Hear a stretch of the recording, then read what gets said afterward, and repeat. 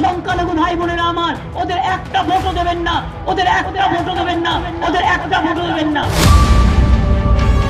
Publicly उनको कह रही हो, मुसलमानों एक हो जाओ, मुसलमानों एक हो जाओ, मुसलमानों एक हो जाओ, मुझे बचाओ, मुझे बचाओ, मुझे बचाओ, ये दीदी बोल रही है। हरे कृष्ण हरि हरि, हिंदू मुसलमान भाग करी। ये इलेक्शन कमीशन हमें 8-10 नोटिस भेज देता। ओम सर्वमंगल मंगल्ये शिवे सर्वार्थ साधिके शरण्ये त्र्यंबके गौरी नारायणी नमस्तुते। दीदी, इसका मतलब ये होता है कि आप चुनाव हार रही हो। আল্লাহ তাআলার কাছে লা ইলাহা ইল্লাল্লাহ মুহাম্মদ রাসূলুল্লাহ দোয়া করো, সবাইকে ভালো রাখো। जिनके भरोसे चुनाव के मैदान में थी, ये भी अब आपसे चले गए हैं। খেলা হবে, খেলা হবে, খেলা হবে, খেলা হবে।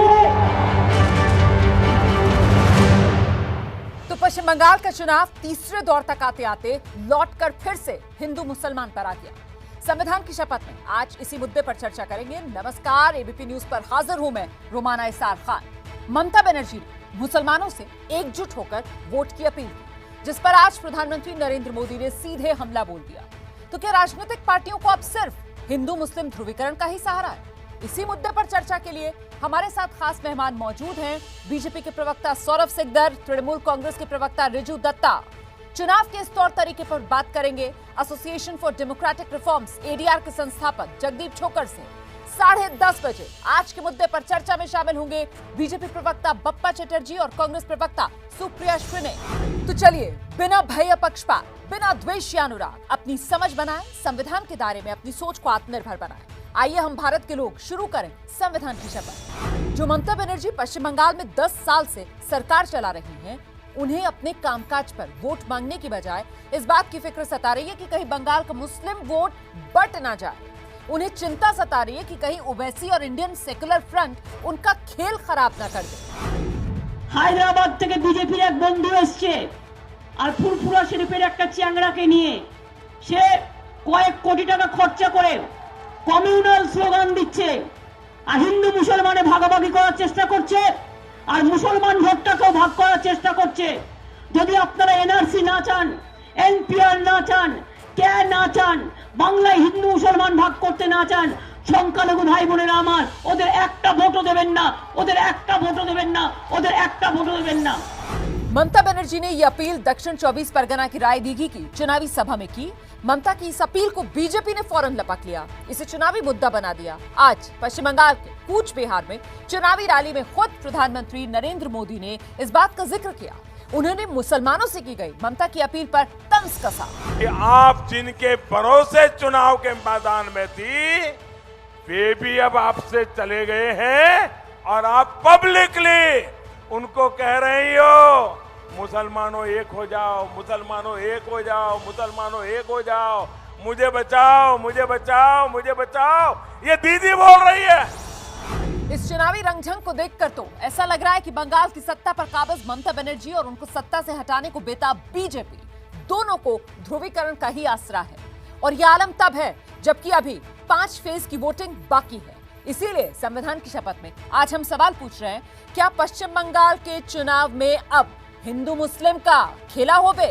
इस सवाल पर हमने एबीपी न्यूज की ट्विटर पेज पर पोल लॉन्च किया है। आप अभी भी वोट देकर इस पोल का हिस्सा बन सकते हैं। शो के आखिर में पोल के आंकड़े आपके सामने होंगे। तो अब आज के मुद्दे पर बात करने के लिए पहले 2 मेहमान इस वक्त हमारे साथ मौजूद हैं। सीधे रुख करते हैं अपने मेहमानों का। रिजू दत्ता, आपसे जानना चाहती हूँ, मोदी वर्सेस ममता, ये हिंदू वर्सेस मुस्लिम क्यों बना दिया? देखिए रोमाना जी, पहले तो मोदी वर्सेस ममता ही नहीं है, क्योंकि मोदी जी तो इलेक्शन कंटेस्ट नहीं कर रहे हैं, भले ही उनके 4 एमपी कर रहे हैं। अगर वो भी चाहते तो वो भी लड़ लेते, क्योंकि अगर हार जाते तो 14 दिन का तो टाइम है ही वापस जाने का।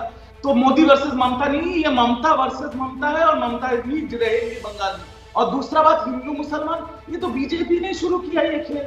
जब से वो लोग बंगाल में आए कैंपेन करने के लिए, पहले दिन से ही वो लोग हिंदू हिंदू मुसलमान 70-30 यही खेला खेल रहे हैं। इसीलिए मोदी जी का जो सबसे जो इंग्लिश में कहते हैं ब्लू आइड बॉय शुभेंदु अधिकारी नंदीग्राम में भी आपने देखा घूमते फिरते सबको बांग्लादेशी पाकिस्तानी कर रहे हैं। अभी ममता बनर्जी को बेगम और खालेदा जिया से तुलना कर रहे हैं। तो ये तो उनका ही खेल है। सौरभ सिकदर जी 70-30 का खेल करके बीजेपी 70% जाहिर सी बात है भारी पड़ेगा। भारी पड़ने की कोशिश में चुनाव में हिंदू मुस्लिम बीजेपी कर रही है। देखिए, आज तो मोदी जी का धन्यवाद करना चाहिए कि बंगाल का जो तुष्टीकरण का राजनीति चल रहा है वो आज वो खत्म करने का संदेश दिया है। उसने सीधा बोला है कि हम ये तुष्टीकरण का राजनीति नहीं चाहते। अगर हम एक बात बोले एक तो कल उसमें 10 सवाल उठ जाएगा। लेकिन ममता बनर्जी जी जिस दिन से सत्ता में आए हैं ये तुष्टीकरण का राजनीति बंगाल में शुरू किया है। क्या स्कूल में सरस्वती पूजा बंद कर देना हो, दुर्गा पूजा का विसर्जन बंद कर देना हो, जबरदस्ती उर्दू पढ़ाने का कोशिश हो और वो उर्दू नहीं पढ़ना चाहता है तो गोली करके छात्रों को मार देना हो। रिजू दत्ता जी, आप अभी ये बता रहे थे दर्शकों को कि कैसे हिंदू मुस्लिम का ये खेल तो बीजेपी ने शुरू किया और अब सौरभ सिकदर बता रहे हैं कि साहब खेल किसने शुरू किया, इसको छोड़िए, ये सोचिए जरा हिंदू मुस्लिम की बिसात किसने बिछाई बंगाल में। वो तो टीएमसी ने बिछाई। ममता बनर्जी तो चुनावी रैलियों में खड़े होकर ये कहती हैं कि मुसलमानों संभल जाओ, तुम्हारा वोट बटने ना पाए। कि कैसे कह सकते हैं आप धर्म के आधार पर कैसे एक समुदाय से इस तरीके की अपील कर सकते हैं? इसको क्यों ना ध्रुवीकरण कहा जाए? रोमाना जी, अगर आप पूरी तरह से वो भाषण सुनते तो वहां पर सिर्फ मुसलमान नहीं आदिवासी और दलितों का नाम भी दीदी ने लिया है। क्योंकि और मैं इसका पूरी तरह से सपोर्ट करता हूं क्योंकि जो समुदाय बीजेपी के बाकी प्रदेशों में जिनको मारा गया है, लूटा गया है, तोड़ा गया है, उनको अगर इकट्ठा करके बीजेपी को हटाने के लिए ममता बनर्जी उनको बुलाए तो इसमें क्या गलत बात है? ममता बनर्जी इतनी मासूम है, वो सबको जोड़ने की बात कर रही हैं। वो सिर्फ नाम ले रही है फुरफुरा शरीफ के सिद्दीकी साहब का, वो नाम ले रही है असदुद्दीन ओवैसी का, वो उन्हें शैतान करार दे रही हैं। वो सीधे कह रही है ये आ रहे हैं तुम्हारा वोट लेने के लिए। मतलब वो सीधे सीधे मुसलमानों को डर दिखा रही हैं। हम लोग थोड़ी ना किसी का पहनावा या किसी का सरनेम देख के वोट देते हैं। वो तो हर निवासी को मिलता है, हिंदू मुस्लिम समाज सबको। और बंगाल के मुस्लिम बहुत चालाक हैं। बंगाल के मुस्लिम बहुत चालाक, उनको पता है ओवैसी ना अम्फान में आया था ना कोरोना में आया था। ये अब्बास सिद्दीकी भी बी टीम की तरह काम कर रही है बीजेपी का। ओवैसी तो है ही, ये तो साक्षी महाराज खुद ने बोला है। तो ये समझ जो आप यहाँ बैठकर बता रहे हैं मुस्लिम वोटर की बंगाल के, उस पर थोड़ा यकीन ममता बनर्जी कर लेती खुद। क्या जरूरत थी चुनावी रैली के अंदर इसका जिक्र करने की? और ये जो आपने मुसलमान वोटर की बंगाल में चुनावी समझ का यहाँ पर जिक्र किया है सौरभ सिकदर साहब, मुस्लिम वोटर बंगाल का समझदार है क्या बीजेपी की भी नजर में? देखिए, मुस्लिम क्या बंगाल का हर एक वोटर समझदार है। देखिए, आज ये अब्बास सिद्दीकी जी जब तक तृणमूल कांग्रेस के सपोर्टर थे, जब तक वो अलग दल नहीं बनाए थे, तब तो बहुत अच्छे थे। और जिस दिन उसने बोला ये बात आज जो मैं बोल रहा हूँ, ये बात अब्बास सिद्दीकी भी बोला है कि मुस्लिम को बंगाल में ममता बनर्जी के पार्टी एक वोट बैंक बना के रख दिया है, कभी उसका विकास के लिए नहीं सोचा है। तो आज जब उसी मुद्दे पे उसने अलग पार्टी बना लिया और तृणमूल के खिलाफ चुनाव लड़ रहा है, तो तब वो बीजेपी का बी टीम हो गया। देखिए, ये सब बोल के रोमाना जी, बंगाल का जो वोटर है उसका इंटेलिजेंस को इंसल्ट किया जा रहा है। बीजेपी की तरफ से जब कहा जाता है कि साहब अगर बीजेपी कह देती कि हिंदू एकजुट हो जाओ ना चाहते हुए भी, सब तो कह दिया आपने। रोमाना जी, हमने कहा एकजुट का बात किया, हमने तो बोला तुष्टीकरण का राजनीति बंद होना चाहिए। नहीं, तुष्टीकरण की राजनीति का ये कहा गया कि देखिए साहब अगर हम ऐसा कह देते कि हिंदू एकजुट हो जाओ तो सर इसमें अब बचा क्या? बात आपको यह समझना पड़ेगा तुष्टीकरण शुरू किसने किया था और हम तुष्टीकरण बंद करने की बात कर रहे हैं। रोमाना जी, हम तो विकास की बात कर रहे हैं। ठीक है, रिजू दत्ता आइए, तुष्टीकरण की राजनीति आपने शुरू किया, भुगतिए उसका अंजाम। वो ये कह रहे हैं 70 और 30 में भारी 70 ही पड़ेगा, वो यही कह रहे हैं।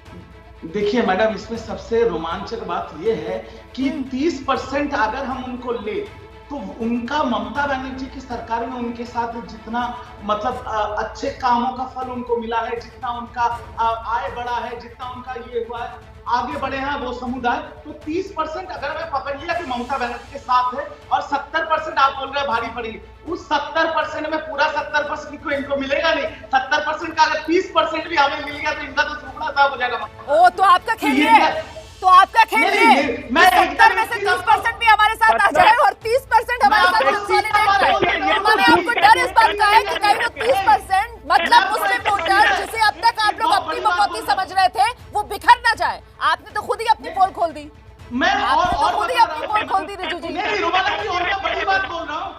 अभी सौरभ सुन लो, मैं ये आपको गारंटी बोल रहा हूँ, बीजेपी बंगाल में सरकार सिर्फ और सिर्फ एक ही चांस में आज बना सकता है, अगर बंगाल में पूरा पोलराइजेशन होगा 100%, जो कभी नहीं होगा। इनको छोड़ के तो उनके पास कोई मुद्दा ही नहीं है, तो सरकार बनाने का संभावना ही नहीं आता यहाँ पर। इनके पास क्या चेहरा है? नहीं है। इनके पास मुद्दा है? नहीं है। इनके पास क्या है? सिर्फ धर्म का एक बैसाखी, और वो तो काम नहीं कर रहा है। तो सौरभ सिकदर जी, ये नैरेटिव, ये ध्रुवीकरण, ये बीजेपी को सूट करता है मत? देखिए, ये तो रिजू दत्ता जी ने खुद दूध का दूध पानी का पानी कर दिया। अब लेकिन किसी भी वोट में, किसी भी समुदाय का वोट में किसी का रॉयल्टी है, ये समझना ही उसको इंसल्ट करना होता है। किसी का भी हो, कोई भी कम्युनिटी हो, कोई भी धर्म हो, वो अपना वोट दे जाए, और इसी के लिए लोग चिंतित है, इसी के लिए बौखला गया है। मुझे लगता है रिजू दत्ता को आना चाहिए। मतलब रिजू दत्ता जी, अभी तक हम देख रहे थे ममता बनर्जी कैसे बता रही थी, मैं भी हिंदू, मैं भी ब्राह्मण, चंडी पाठ कर रही थी, वो अपना गोत्र बता रही थी वो, तो मतलब वो सब हिंदू वोट के लिए। और अब जिस तरीके से चुनाव बंगाल में आगे बढ़ रहा है, वो वाले जिले आने वाले हैं सर, जहां पर अल्पसंख्यक वोटर जो है वो निर्णायक नहीं बल्कि भारी पड़ने की स्थिति में है। मुर्शिदाबाद हो गया, दिनाजपुर वाला इलाका हो गया, मालदा वाला इलाका हो गया। इसी वजह से अब मुस्लिम वोटर को एक साथ आकर बल्क के अंदर अपने पाले में लाने के लिए ममता बनर्जी ये जो बयान दे रही हैं, ये तो खुले तौर पर सांप्रदायिक राजनीति कर रही है रिजू दत्ता, ममता बनर्जी। इसका बचाव कैसे कर सकते हैं आप? तो मैं आपसे और दर्शकों से पूछना चाहता हूं कि अगर ये धर्म वाला कार्ड बीजेपी के नैरेटिव से हम हटा देते हैं, तो और क्या मुद्दा है बीजेपी का जिसकी वजह से लोग इनको वोट देंगे? आप मेरे को बता दीजिए। अरे सर, आप हटाएंगे कैसे? आप तो खुद ही बीजेपी के, जिसे आप बीजेपी वाला धर्म का कार्ड कहते हैं, वो कार्ड तो खुद आप लोग खेल रहे हैं। चंडी पाठ आप कर लेते हैं, मंच से, चुनावी मंच से खड़े होकर कलमा पढ़ लेती हैं ममता बनर्जी, खुदा हाफिज ममता बनर्जी बोल देती हैं, और धर्म वाला कार्ड कौन खेल रहा है? वो बीजेपी खेल रही है। सर ये मत कहिए ना, फिर आप सब धर्म वाला कार्ड खेल रहे हैं सर। रोमाना जी, आपने बहुत अच्छा बात बोला। आपने अभी बोला कि ममता बनर्जी वो मेरी है। बीजेपी पहले दिन से अपने कैंपेन में ममता बनर्जी को एंटी हिंदू दिखाने का कोशिश किया। ममता बनर्जी ने क्या किया? जो आपने बोला, हर रैली पे गए, उन्होंने चंडी पाठ किया, दुर्गा पाठ किया, और उसी सांस में उन्होंने कलमा भी पढ़ा, और उन्होंने बता दिया ईश्वर और अल्लाह एक है। तो हम तो सेकुलर निकले, ये तो निकले हैं कम्युनल। सौरभ सिकदर, जय श्री राम आपके लोग नारे लगाएंगे तो वो कम्युनल हो गया। ममता बनर्जी कलमा पढ़ेंगी, खुदा हाफिज बोलेंगे मन से, तो मेरा रोमाना जी मेरा हम तो हम राम का भी नाम लेंगे, हम कलमा भी पढ़ेंगे। अगर ये लोग कम्युनल नहीं है, इनको भी बोल दीजिए थोड़ा कम्युनल। अच्छा, वो कह रहे हैं हम चंडी पाठ भी कर रहे हैं, हम कलमा भी पढ़ रहे हैं, इसलिए हम सेकुलर हैं। बीजेपी की तरफ से कलमा नहीं पढ़ा जा रहा है ना, बीजेपी सिर्फ और सिर्फ जय श्री राम का नारा लगा रही है, इसलिए आप ये कह रहे हैं। ठीक है, अब जवाब सुनिए। देखिए रिजुदा, ऐसा है कि कोई स्टूडेंट एक एग्जाम देता है, पूरा साल पढ़ाई नहीं करते, और एक रिजल्ट निकलने से पहले उसका फेल होने का डर होता है। तब यह क्या करते हैं, कोई मंदिर, मस्जिद, गुरुद्वारा कोई नहीं छोड़ता है, सीधा जाके बोलता मेरे को इस बार बेड़ा पार करा दो। और जो पढ़ के गया है और उसको पता है कि हम एग्जाम में पास होने वाला है, वो जिस भगवान जिसको भी मानते हैं, एक बार हाथ जोड़ के वो निकल जाएगा रिजल्ट देखने अपना। तो ये एक्चुअली बंगाल पॉलिटिक्स में ही हो रहा है। रिजू दत्ता, मुझे वो कहावत याद आ गई, डूबते को तिनके का सहारा। मतलब जो भी बेड़ा पार लगा दे, दीजिए। मैं जवाब दूं। इनका क्या है, मैं आपको बता रहा हूँ। आप पकड़ लीजिए रोमाना जी, आप मेरे प्रोफेसर हैं, मैं आपका स्टूडेंट हूँ। आपने मुझे पूछा क्या बीजेपी सरकार बनाएगी, मुझे तो जवाब पता नहीं है। आपने मुझे पूछा क्या बीजेपी 2024 में वापस आएगी, मुझे जवाब नहीं पता। आपने बहुत ऐसे सवाल पूछे जिसका मुझे कोई जवाब नहीं पता। मैंने क्या किया, आंसर शीट में लिख दिया जय श्री राम, जय श्री राम, जय श्री राम, जय श्री राम। आपने बोला ये सारे गलत आंसर है, आपने काट के 0 दे दिया। मैं आपका कॉलर पकड़ लूंगा। तुमने राम का नाम कैसे खाता? ये है इनकी राजनीति। समय मेरे पास इतना ही है। बहुत बहुत धन्यवाद आप दोनों का संविधान की शपथ में आने के लिए। लेकिन कुल मिलाकर दर्शक समझ रहे होंगे किस तरीके से बंगाल में भले ही चुनाव का ये मेला, लेकिन यहाँ धर्म के नाम पर ही पूरा का पूरा खेला। इसी पर बात करने के लिए हमारे साथ मौजूद हैं association for democratic reforms ADR के संस्थापक जगदीप छोकर जी। जगदीप सर, बहुत स्वागत आपका संविधान की शपथ। आप ये बताइए मेरे दर्शकों को, एक धर्म के लोगों को वोट बंटने का डर दिखाकर एकजुट होकर वो वोट करें, ऐसी अपील करना, ये क्या सीधे सीधे सर सांप्रदायिक ध्रुवीकरण का मामला नहीं बनता? ये बिल्कुल बनता है, और ये संविधान का और रिप्रेजेंटेशन ऑफ पीपल एक्ट का उल्लंघन है, इसमें कोई दो राय नहीं है। ऐसी नौबत क्यों आई सर बंगाल की सियासत में? अब ऐसी नौबत क्यों आई, ये तो जो लोग ये कर रहे हैं उन्हीं को बताना पड़ेगा। मैं नहीं समझता कि ऐसी है, मेरे समझ से बाहर है कि ऐसी नौबत क्यों आई। ये तो आई सपोज ये जो चुनावी कंपटीशन है, ये आजकल ऐसा हो गया है कि चुनाव जीतना ही सब कुछ हो गया है, और उस जीतने के लिए जितने भी वैल्यूज़ या वो कुछ हैं सबको ताक पे रख दिया जाता है, और बस जीतना है किसी भी तरीके से। मतलब साम दाम दंड भेद, संविधान में जो लिखा है, जो दायरा बताया गया है, भले ही उसका उल्लंघन हो रहा हो। जी जी हाँ, देखिए साम दाम दंड भेद तो है ही, और अगर उसका उल्लंघन हो रहा हो तो इसका संज्ञान लेना तो चुनाव आयोग की जिम्मेदारी है, उनको देखना चाहिए। बहुत बहुत धन्यवाद जगदीप चोकर जी हमारे साथ जुड़े रहने के लिए। संविधान की शपथ में हम आज चर्चा कर रहे हैं पश्चिम बंगाल के चुनाव में क्या अब हिंदू मुस्लिम का खेला होवे। इस पर अपने खास मेहमानों से बात करने से पहले आपको बताते हैं कि बंगाल में मुस्लिम वोट आखिर इतना अहम क्यों है कि ममता बनर्जी को उनके बंटवारे का डर सता रहा है। दरअसल 2016 के चुनाव में मुस्लिम वोटों के असर वाली 125 विधानसभा सीटों में से ममता बनर्जी की पार्टी ने 90 सीटों पर जीत दर्ज की थी, लेकिन इस बार फुरफुरा शरीफ के पीरजादा हैं अब्बास सिद्दीकी, उनकी अपनी पार्टी इंडियन सेकुलर फ्रंट पश्चिम बंगाल की 37 सीटों पर चुनाव लड़ रही है। वहीं असदुद्दीन ओवैसी की पार्टी AIMIM बंगाल में 7 सीटों पर चुनावी मैदान में है। इसीलिए ममता बनर्जी ने ओवैसी और अब्बास सिद्दीकी दोनों पर तीखा हमला बोला है और मुसलमानों को इनसे सावधान रहने की अपील की है। और चर्चा के इस हिस्से में दो खास मेहमान हमारे साथ मौजूद हैं। बीजेपी के प्रवक्ता बप्पा चटर्जी, कांग्रेस की प्रवक्ता सुप्रिया श्रीनेत हमारे साथ मौजूद हैं। बहुत बहुत स्वागत आप दोनों का संविधान की शपथ में। बप्पा जी, आप पहले ये बताइए कि क्या ममता बनर्जी का बयान मुस्लिम वोट को अपने पाले में लाने के लिए या फिर ममता के बहाने हिंदू वोट को बीजेपी कंसोलिडेट करने के चक्कर में? हम लोग किसी भी तरह की कोई भी इम्पीचमेंट की पॉलिटिक्स में विश्वास नहीं करते हैं, और पिछले 10 साल से अगर बंगाल की इतिहास को आप देखेंगे तो 10 साल से ममता दीदी एक के बाद एक मुस्लिम इम्पीचमेंट की बातें करती रही हैं, और बार बार वो कभी हिजाब पहन के, कभी वो नमाज पढ़ते हुए, कभी वो इफ्तार पार्टी पे दिखे जाती थी। जो हो रहा है बंगाल में ध्रुवीकरण के मोर्चे पर, उसके लिए टीएमसी जिम्मेदार। सुप्रिया श्रीनेत, चुनावी ज्ञान, मां माटी और मुसलमान, यही है टीएमसी का? भाजपा और टीएमसी दोनों ने ध्रुवीकरण करने की कोशिश करी है, और मुझे ऐसा लगता है ये हानिकारक है लोकतंत्र के लिए। बंगाल का मुद्दा आज क्या है? 3rd फेज का चुनाव हो गया है। कौन बात कर रहा है बंगाल की बेरोजगारी की? कौन बात कर रहा है बंगाल में अशिक्षा की? कौन बात कर रहा है बंगाल ध्रुवीकरण की बात, सांप्रदायिक राजनीति, ये सब तो टीएमसी कर रही है, बीजेपी कहां कर रही है? बीजेपी दूध की धुली है, ये कहना चाह रहे हैं, जिसको मैं बिल्कुल स्वीकारूंगी नहीं। बीजेपी एक मौका नहीं चूकती है ध्रुवीकरण करने का, कहीं पर भी पहुंच जाती है, क्योंकि मुद्दों की बात ये कर सकते नहीं है। 7 साल से सत्ता में केंद्र में है, अपना सुई पटक सन्नाटा हो जाता है जब इनका कोई कार्यकाल के बारे में पूछ लो। अनर्गल नीतियां बनाकर देश का बंटाधार कर दिया, चाहे अर्थव्यवस्था हो, चाहे बेरोजगारी हो, और अब बंगाल में जाकर लोगों को सरकारी नौकरी देंगे। अरे प्रभु, ये काम आपने 7 साल में देश में क्यों नहीं कर दिया? सारे देश को बेरोजगार क्यों बना दिया? सारे देश को कटोरा लेके खड़ा कर दिया, बंगाल को सोनार बांग्ला बनाएंगे। तो दिक्कत की बात यह है कि इन सब बातों को ना करके बीजेपी जो है वो ध्रुवीकरण की बात करती है। ना बीजेपी बंगाल समझती है, ना वहां का कल्चर समझती है, ना वहां की अस्मिता समझती है। और दीदी ने अगर काम किया होता तो आज इस तरह से ध्रुवीकरण ना हो पाता चुनाव का, जो हो चुका है। तो बप्पा चटर्जी जी, ये नूरा कुश्ती आप दोनों को सूट करती है?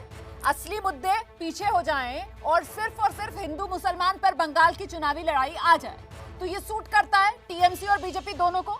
क्या ढके छुपे अंदाज में हिंदू वोटर को आप लोग प्रभावित करने की कोशिश नहीं कर रहे? ये आरोप नहीं लगेंगे आप पर? ये सवाल नहीं पूछा जाना चाहिए बीजेपी से?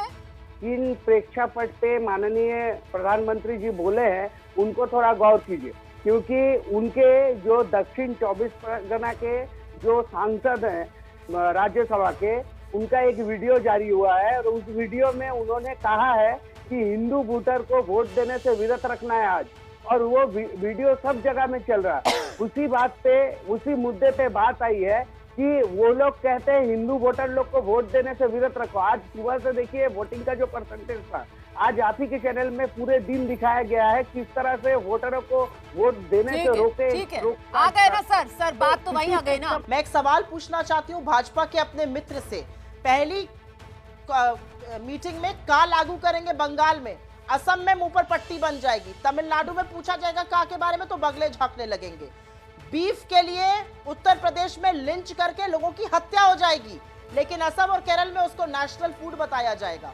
और तो और ईवीएम, नकली ईवीएम इनके गौतम घोष के घर से मिली, एक भाजपा के प्रत्याशी की गाड़ी में ईवीएम की मशीन मिली जिसमें वोटिंग हो चुकी थी। 91 वोट रजिस्टर्ड है, शांत रहिए, 91 वोट रजिस्टर्ड है, पार्टी के बहुत सारे नेता के गाड़ी चुप रहिए, 1 मिनट बोलने दीजिए मुझे। और उत्तर प्रदेश और 91 बिहार वोट में रजिस्टर्ड है, 171 वोट पड़ जाते हैं। ये कौन से लोकतंत्र के प्रहरी हैं? ये किस लोकतंत्र की बात कर रहे हैं? मैं सिर्फ यही कहना चाहती हूँ कि आज देश में जो चुनाव है वो एस्पिरेशंस, आकांक्षाएं, अपेक्षाएं लोगों की क्या है उसके ऊपर होना चाहिए। हिंदू और मुसलमान युवा की अपेक्षा अलग होती है, उनकी आकांक्षा अलग होती है। हर हिंदू और मुसलमान युवा चाहता है कि हम पढ़े लिखे, नौकरी करें, घर का भरण पोषण करें, थोड़ी देश की सेवा करें। हिंदू मुसलमान में डिवाइड करने का क्या मतलब है? हर चुनाव में जहां पर कुछ होगा ध्रुवीकरण करने पहुंच जाती है भारतीय जनता पार्टी, और टीएमसी जो है वो उल्टा ध्रुवीकरण कर रही है। अगर उन्होंने काम किया होता तो वो ये नहीं करते। आप बीच में बोल रहे हैं, आप बौखलाते क्यों हैं? आपकी जब बकरियां उधेड़ी जाती है आप क्यों बौखलाने लगते हैं? ये किस तरह की बात आप करते हैं? आप क्यों बौखला रहे हैं? विभाजन की राजनीति कौन आदमी है भाई? इसको थोड़ा ठीक से सिखाइए। आप पहली बार शायद मेरे साथ डिबेट कर रहे हैं, थोड़ी तमीज से बात करिए, अपने टर्न पर बोलिए। यहाँ पर आरोप जो है वो आपके गठबंधन पर भी है। ममता बनर्जी सीधे सीधे कह रही है कि साहब आईएसएफ क्या है? फुरफुरा शरीफ वाले जो आए हैं वो दरअसल मुसलमानों के वोट को हथियाने के लिए आए हैं, मुसलमानों के वोट को बांटने के लिए आए हैं, और यही तो ममता बनर्जी कह रही है कि वोट बंटने मत देना। मुझे नहीं लगता कोई भी वोट बांटने की बात हो रही है। ये सच है कि इस देश में हिंदू, मुसलमान, सिख, ईसाई रहते हैं। अरे भाई आप बीच में क्यों बोल रहे हैं? बार बार 2 मिनट चुप रहिए ना, जब आपकी बारी आएगी। अरे दीदी आप गलत बोलेंगे तो मैं बोलूंगा, आप गलत बोलेंगे तो मैं बोलूंगा। सबको वोट करने का अधिकार है, और सबको चुनाव लड़ने का अधिकार है, और इसीलिए मैं जानना चाहती हूँ भाजपा तो बिल्कुल बात ना करे अवसरवाद की और ध्रुवीकरण की। भाजपा जम्मू कश्मीर जाकर फैजुल्ला को टिकट दे देती जो 10 साल जेल रह के आता, मसर्रत आलम को रिहा कर देती है चुनाव जीतने के लिए। ध्रुव सक्सेना इन्हीं की आईटी सेल के मेंबर थे, क्या मुखबिरी पाए करते गए थे? पाकिस्तान की मुखबिरी करते हुए पाए गए थे। तो इनका गिरेबाज साफ हराने के लिए पाकिस्तान में कौन गए थे? आपने तो नागपुर में बप्पा चटर्जी जवाब दीजिए, चुनाव जीता है। बप्पा चटर्जी जवाब दीजिए इन आरोपों पर। ध्रुवीकरण की राजनीति, सांप्रदायिक राजनीति, एक बार फिर से कांग्रेस पार्टी बीजेपी को एक कटघरे में खड़ा कर रही है। मोदी जी को हराने के लिए इन लोगों को पाकिस्तान जाना पड़ता है, पाकिस्तान से सहयोगिता मांगनी पड़ती है। कांग्रेस को याद है? मुद्दे की बात करो ना, एक मुद्दे की बात आप कर सकते हैं। आपको ये तो पता नहीं विद्यासागर कौन है? आपके लोग जाकर बिरसा मुंडा की गलत मूर्ति पर माला चढ़ाते हैं। आप आए बंगाल में बात करने के लिए, और सच तो ये है कि प्रधानमंत्री मोदी का जो आचरण रहा है बंगाल चुनाव में वो अत्यंत अशोभनीय रहा है, अत्यंत अशोभनीय आचरण है। एक औरत को हैकर करना, दीदी करना,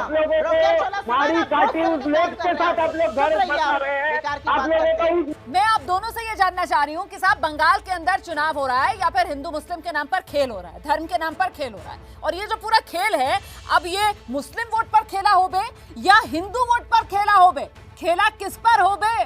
बप्पा चटर्जी 70% अगर धार्मिक आबादी के हिसाब से देखा जाए 70% हिंदू वोट, 30% मुस्लिम वोट, तो खेला होबे किसके?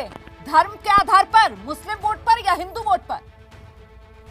देखिए हम लोग कोई खेला राजनीति, कोई खेला का विषय नहीं है, और हम लोग इसको लेकर कोई खेला करने वाले नहीं है, काहे कि ये खेला वाली स्लोगन ममता दीदी का स्लोगन है। सत्ता के लोभी हैं ये लोग। क्यों हो रही है? राजनीति इतना इंटॉलरेंट क्यों हो रही है? सेवा का विषय है, न धर्म का विषय है, न राम धर्म का विषय है।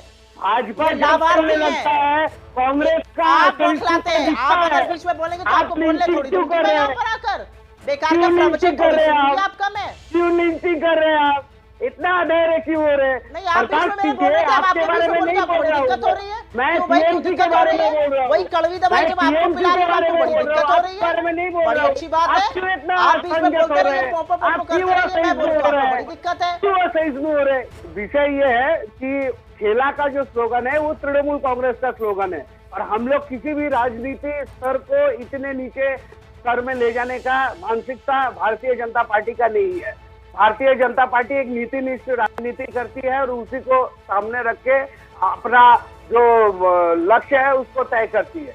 अब रहा बंगाल में सीपीएम, आईएसएफ और कांग्रेस, इन लोगों का जो गठबंधन हुआ है, ये अशुभ गठबंधन किसने हुआ है ये क्लियर कीजिए। पूरी की पूरी इन लोगों का एजेंडा नहीं, सुप्रिया जी का जवाब सुनिए। आइए सुप्रिया जी, मेरे को पूरा करने दीजिए। अरे आपने कह तो दी पूरी बात, अब बचा क्या है? रोमाना जी, नहीं पूरा बात ये है प्रवचन वाला चैनल नहीं है, यहाँ पर जवाब दिए जाते हैं, 2 घंटे का प्रवचन नहीं होता है। सुप्रिया जी से पूछिए कि अगर तृणमूल कांग्रेस को समर्थन की जरूरत पड़ेगी सरकार बनाने के लिए, अरे सर मेरा वो मुद्दा नहीं क्या है, करेंगे? आप तय नहीं करेंगे ना, मैं किससे क्या सवाल पूछूंगी? आप तय नहीं करेंगे ना सर, प्लीज सर प्लीज।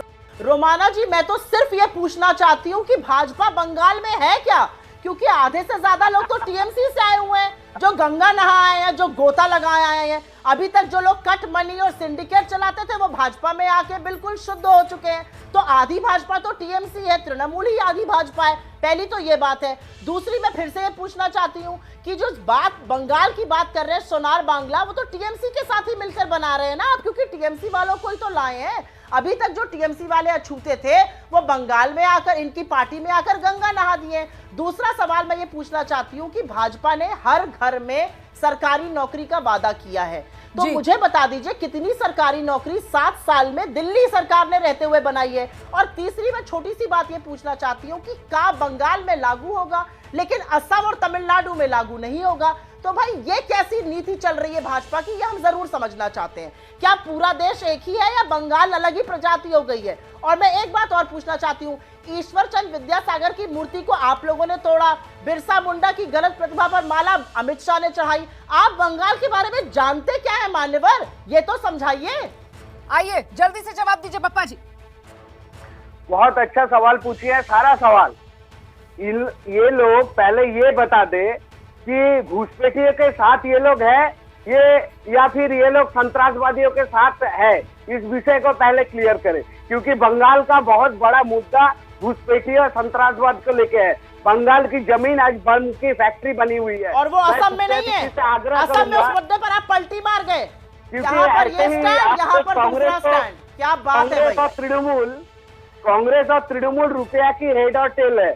तो इसी तरह से आप अगर डिस्टर्ब करेंगे तो आपके सवाल का ही उत्तर मैं नहीं दे पाऊंगा। तृणमूल की आधी तो आ गई है भाजपा में ना, आधे से ज्यादा पार्टी तो आपकी तृणमूल की है। चलिए मेरे पास समय इतना ही है, मेरे पास समय इतना ही है, मेरे पास समय इतना ही है। जनता तय करेगी, जनता तय करेगी कि सिक्के के 2 पहलू में बीजेपी और टीएमसी है या फिर कांग्रेस और टीएमसी। सिक्के के 2 पहलू में आखिर है कौन, जनता जनार्दन वही तय करेगी। संविधान की शपथ देख रहे हैं आप। हमने आज सवाल पूछा कि बंगाल के चुनाव में हिंदू मुस्लिम का खेला हो बे। ट्विटर पर जो पोल हमने जारी किया उसके आंकड़े अब आ गए हैं। 71% लोगों का मानना है हाँ बंगाल चुनाव मतलब हिंदू मुस्लिम का खेल हो रहा है। 29% ने ना में जवाब दिया है। आप भी संविधान की शपथ के इस पोल का हिस्सा बन सकते हैं। हम हर रोज शो से जुड़ा सवाल अपने एबीपी न्यूज के ट्विटर पेज पर पोस्ट करते हैं। आप वहीं जाकर वोट करके शो का हिस्सा बन सकते हैं। संविधान की शपथ देख रहे थे आप। आज हमने चर्चा की कि बंगाल चुनाव में हिंदू मुस्लिम का खेला हो बे। आज की चर्चा के बाद मेरी राय बहुत साफ है कि चुनाव में अगर हिंदू मुस्लिम का खेल होता है तो इस खेल से सिर्फ नेताओं का फायदा होता है। जनता का फायदा तभी होगा जब चुनाव में बुनियादी मुद्दों पर बात होगी। संविधान की शपथ में आज इतना ही। कल रात 10 बजे आपसे फिर मुलाकात होगी।